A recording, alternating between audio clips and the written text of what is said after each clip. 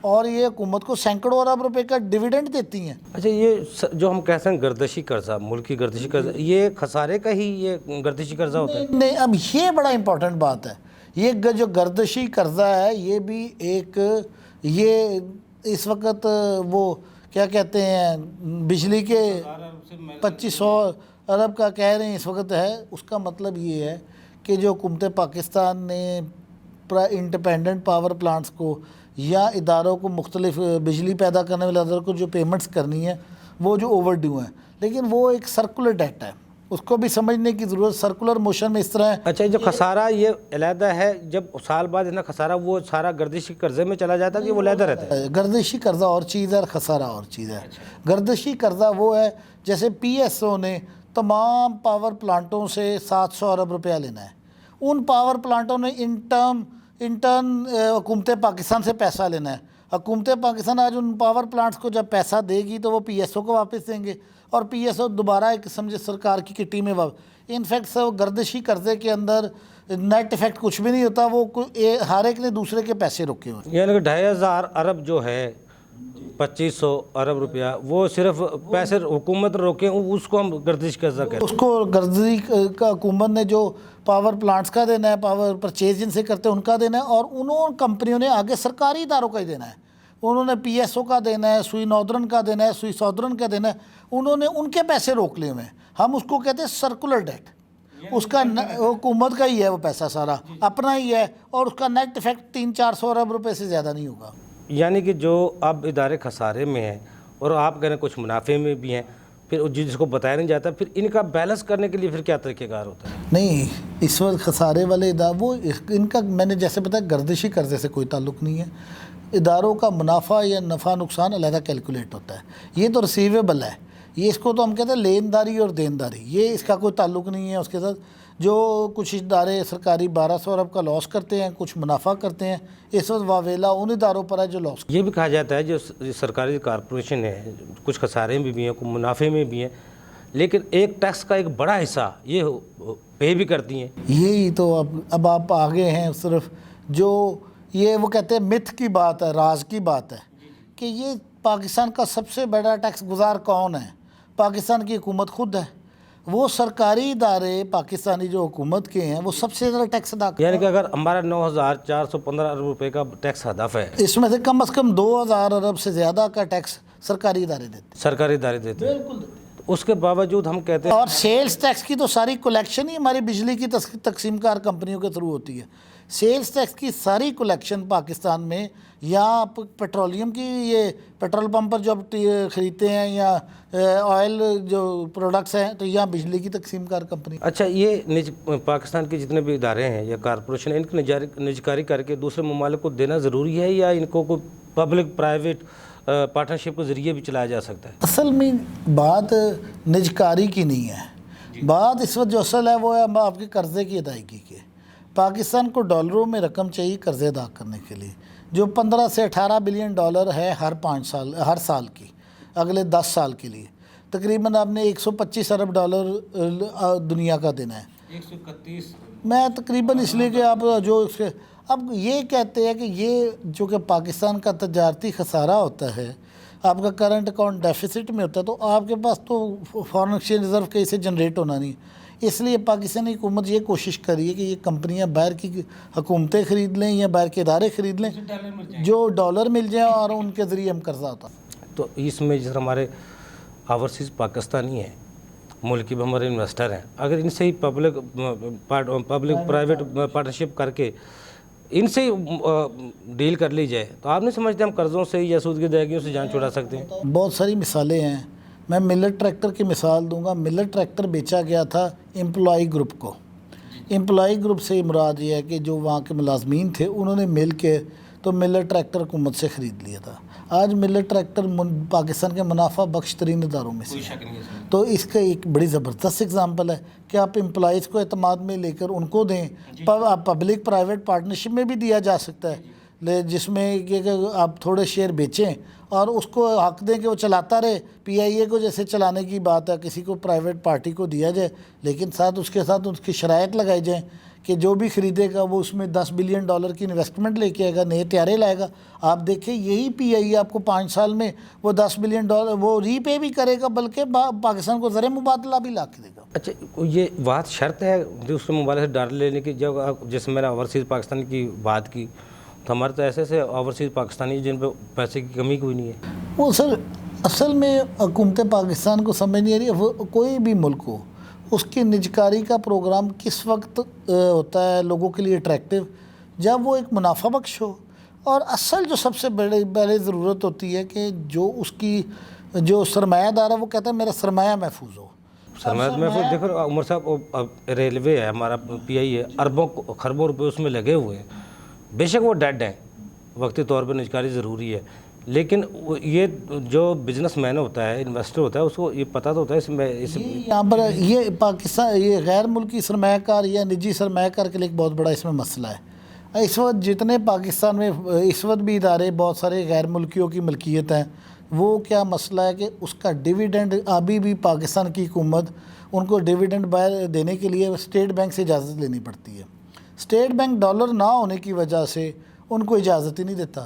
اس وقت جو 2020-21 کے ڈیویڈنڈ ہیں اس وقت غیر ملکیوں کو ادا کیے جا رہے ہیں اور پچھلے 3 سال کے ڈیویڈنڈ نہیں دیے گئے. تو ایسی صورتحال میں نہیں سمجھتا کہ پاکستان میں کوئی غیر ملکی سرمایہ کاری کی طرف راغب ہوں گے جب وہ اپنا منافع ہی نہیں لے جا سکتے اس ملک سے. یہ تو غیر ملکیوں کے لیے جو ہمارے ملکی یا اوورسیز ہیں ان کے لیے فائدہ ہے. پاکستانی ہیں وہ بھی تو یہی چاہیں گے نا کہ اگر ان کا کوئی منافع ہوتا ہے تو وہ انجوائے کر سکیں. وہ لے جائے کر ہی نہیں سکتے. حکومت پاکستان نے میزان بینک ایک بکا تھا جو کویت کی النور کویت نے بیچنے کی کوشش کی, اسٹیٹ بینک کے پاس ڈالرز ہی نہیں اکٹھے ہو سکے آج تک. وہ اس کی وجہ سے کویت کی سرمایہ کاری رک گئی پاکستان میں. اسی طرح دبئی کی اتصالات کا بھی یہ مسئلہ ہے کہ پی ٹی سی ایل کے اس کے ساتھ معاملات ہی نہیں طے ہو سکے.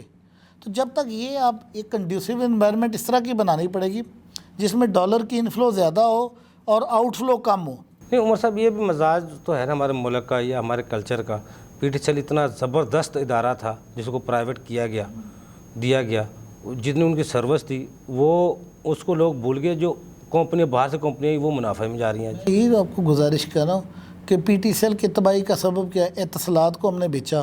$80 کروڑ کی پیمنٹ اتصالات نے آج تک کی نہیں پاکستان کی. تو اس کو پاکستان کی حکومت کو کیا فائدہ ہوا؟ وہی تو میں کہہ رہا ہوں, انہوں نے شرط لگائی کہ اس کی تمام پراپرٹیز حکومت پاکستان ہمارے نام ٹرانسفر کرے. انہوں نے کی نہیں, انہوں نے پیمنٹ ہی نہیں کی. تو آج تک اس طرح کے معاملات کی وجہ سے نجکاری رکتی ہے اور لوگوں کو دلچسپی نہیں. یہ ہماری حکومتیں جو ہماری ہیں ان کا تسلسل نہیں ہے 5 سال کا. وہ آتی ہیں جاتی ہیں, اس لیے لوگ ابہام ہے لوگوں کو, پتہ نہیں حکومت کل آج ہے کل ہے نہیں. وہ بھی رکاوٹ ہے سب سے. بہت بڑی سوچ ہے کہ لوگ کہتے ہیں کہ یہاں پر ہر دفعہ جیسے اب جو پالیسی ہیں وہ پچھلے 5 سال سے بالکل برعکس ہیں. پہلے 3 سال جب پی ٹی آئی کی حکومت تھی اس نے کنسٹرکشن انڈسٹری کو بہت ساری مراد دی تھی, ٹیکسٹائل انڈسٹری کو دی تھی, وہ ساری ختم کر دی گئی. نہ صرف ختم کی گئی, پچھلی ڈیٹوں سے ان کو واپس بھی لیا گیا. اس سے نقصان یہ ہوا کہ جن سرمایہ کاروں نے اس میں انویسٹمنٹ کی تو ان کو شدید نقصان کا سامنا. اب کیوں اب یہ جس وقت حکومت ہے اس کا بھی اب مسئلہ سمجھ نہیں آ رہا کہ یہ کتنے عرصے کی حکومت ہے اور اس کی نجکاری کو کل کو رول بیک نہیں کر دے گا. ابھی تو کوئی گارنٹی نہیں ہے. جمہوریت کا حسن ابھی تک ہمارا یہاں بحال نہیں ہو سکا. یہ جو ہم جسے کہتے ہیں چارٹر آف اکانومی کرنی چاہیے تمام جماعتوں کو مل کر, اور میں پھر بار بار کہوں گا کہ ہر ایک کو اپنے حصے کا کام کرنا پڑے گا. اچھا عمر صاحب, عام بندہ ہمارا پاکستانی جو عام بندہ ہے وہ بھی یہ جانتا ہے ہماری ریلویز کیا, پی آئی اے کیا, ہماری موٹر وے کیا, ہم نے تمام ادارے دوسرے ممالک کو گروی رکھے ہوئے, اس میں کتنی سچائی ہے؟ بس ڈیفینیٹلی جی, آپ جب ادھار لیتے ہیں کو سیکیورٹیز تو دینی پڑتی ہیں. اب جو ہم نے ابھی $131 بلین کا اس کے اگینسٹ یہی چیزیں سیکیورٹی میں گئی ہیں. ہمارے ایئرپورٹس گئے ہوئے ہیں. یعنی کہ ہم جتنا بھی آئی ایم ایف سے قرضہ لے کے ہم بھنگڑے ڈالتے ہیں, خوشیاں ڈالتے ہیں, تو وہ قرضہ ہم کسی چیز کو گروی رکھ کے پھر لیتے ہیں. آئی ایم ایف کا تو ایک ایویں ہم نے نام رکھا ہوا ہے. آئی ایم ایف کا زیادہ قرضہ نہیں ہے ہمارے ملک پہ. سب سے زیادہ قرضہ چائنا کا ہے $60 بلین کے. جو $25 بلین تھا $60 بلین ہو گیا. کی وجہ یہ ہے کہ وہ 7 سال میں کوئی اس میں منافع بھی ہے یا اس کی ری پیمنٹس میں کوئی پروفٹ کا عنصر بھی ہے. اب $60 ارب تو خالی ہم نے چائنا کا دینا ہے. تو وہ تو آئی ایم ایف کا کوئی تعلق نہیں نا اس سے ہے. یہ تو اب ایک ایسے اسکیچ بناتے ہیں. اصل مسئلہ یہ کہ آپ نے قرضہ لے کر ایسی چیزوں پر لگا دیے ہیں جہاں سے غیر پروڈکٹیو ہیں, یہاں سے آپ کو کوئی آمدن نہیں ہوتی. اچھا عمر صاحب، مجھے بریک کا کہا جا رہا ہے، لیکن بریک سے پہلے آپ کی طرف ایک سوال چھوڑ رہا ہوں، جس پر وزیر خزانہ صاحب کہتے ہیں ہمارا معاشی استحکام نجکاری میں مضمر ہے، کیا قرضوں کی ادائیگی اور سودی کی ادائیگیاں بھی نجکاری واحد حل ہے ان کے لیے؟ لیکن بریک سے بعد ناظرین چھوٹا سا کمرشل بریک، ہمارے ساتھ رہیے گا۔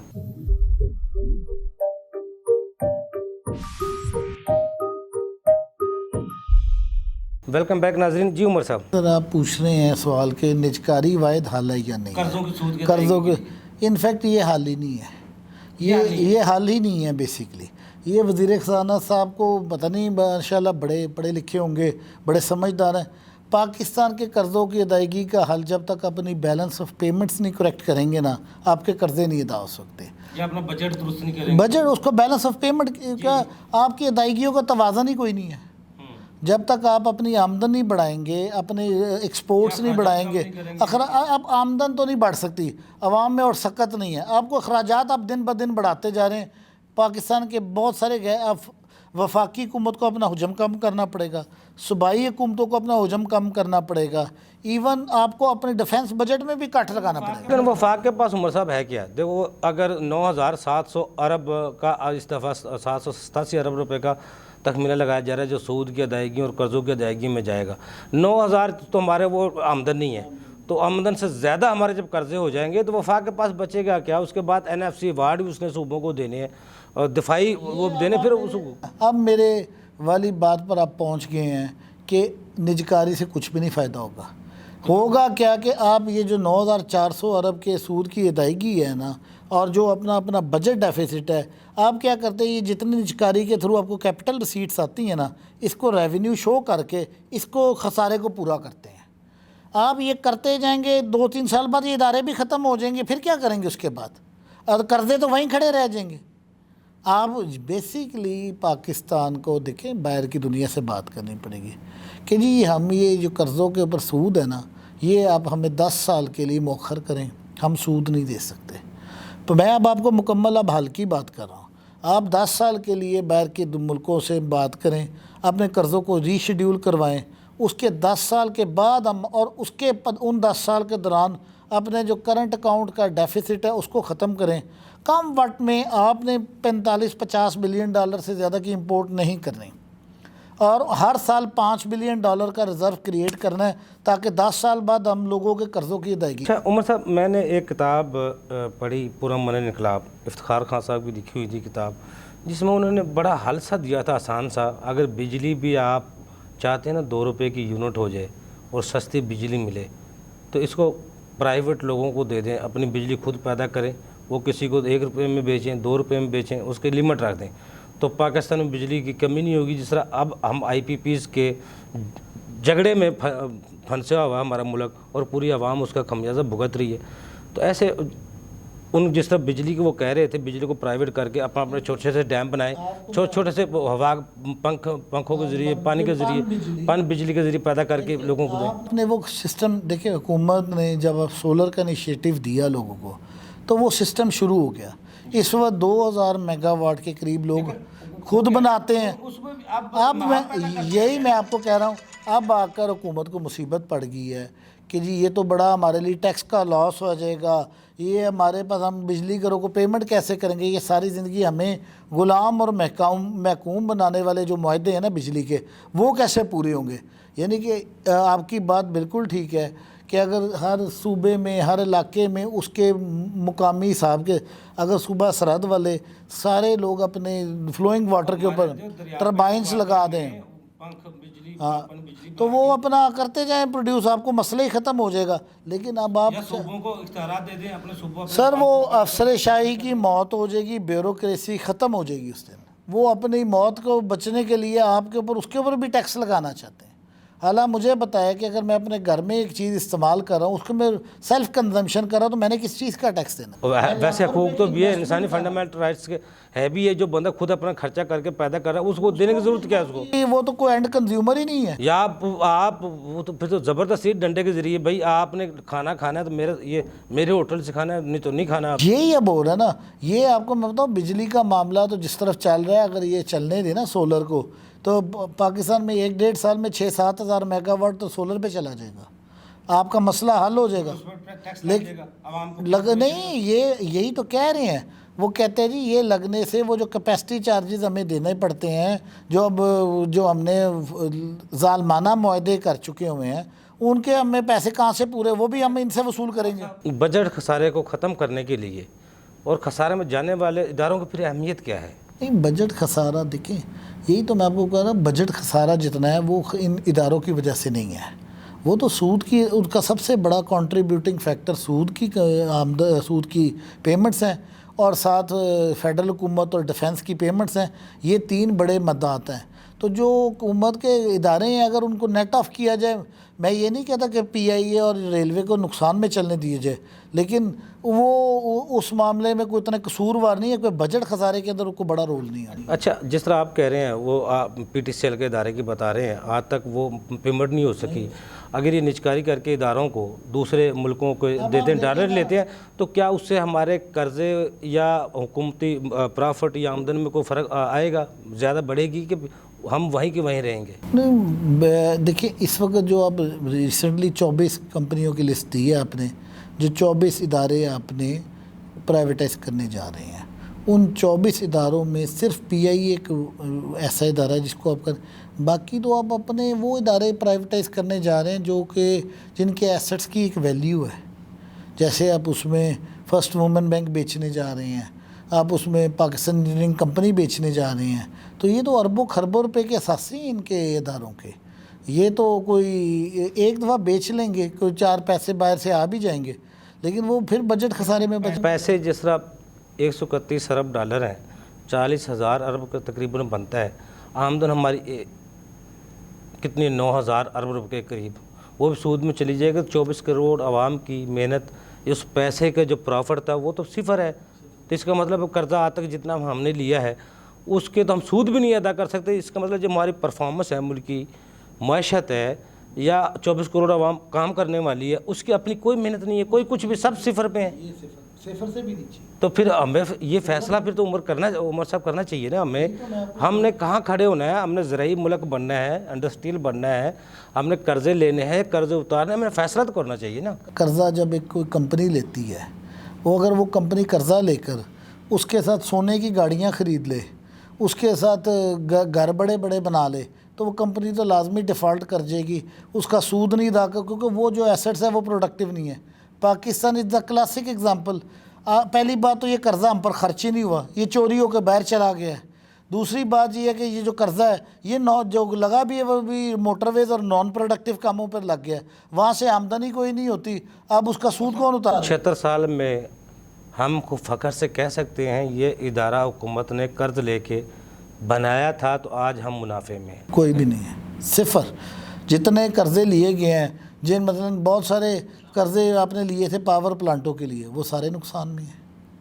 وہ آپ نے نواز شریف کے پرانے ہماری کوئی ایسی پروڈکٹ جو انٹرنیشنل طور پر دیکھی جا سکتی ہو, جو ہم مینوفیکچر ہم کرتے ہوں, جس کا دنیا میں ایک نام ہو, یہ پاکستانی پروڈکٹ ہے, جس کا بھروسے سے بڑے فخر سے کہہ سکتے ہیں. کوئی جب ہم نے کوئی ادارہ بھی منافع میں نہیں بنایا, ہم مینوفیکچر بھی ایسی نہیں کر پائے, اپنے پروڈکٹس کو دنیا میں نہیں انٹروڈیوس کر پائے, جس کا ہم فخر سے کہہ سکیں یہ پاکستانی ہے. ہماری جو صرف پروڈکٹ باہر بکتی ہے وہ ہماری مین پاور ہے, جو ڈاکٹرز, انجینئرز ہیں, پڑھے لکھے بچے ہیں, محنت مزدوری کرنے لیبر کلاس ہے, وہ بس ساری دنیا کو ہم مہیا. لیکن پڑھے لکھے تو عمر صاحب یہاں سے پاکستان سے ویسے جا رہے ہیں, وہ پڑھتے ہیں یہاں پہ نکل جاتے ہیں.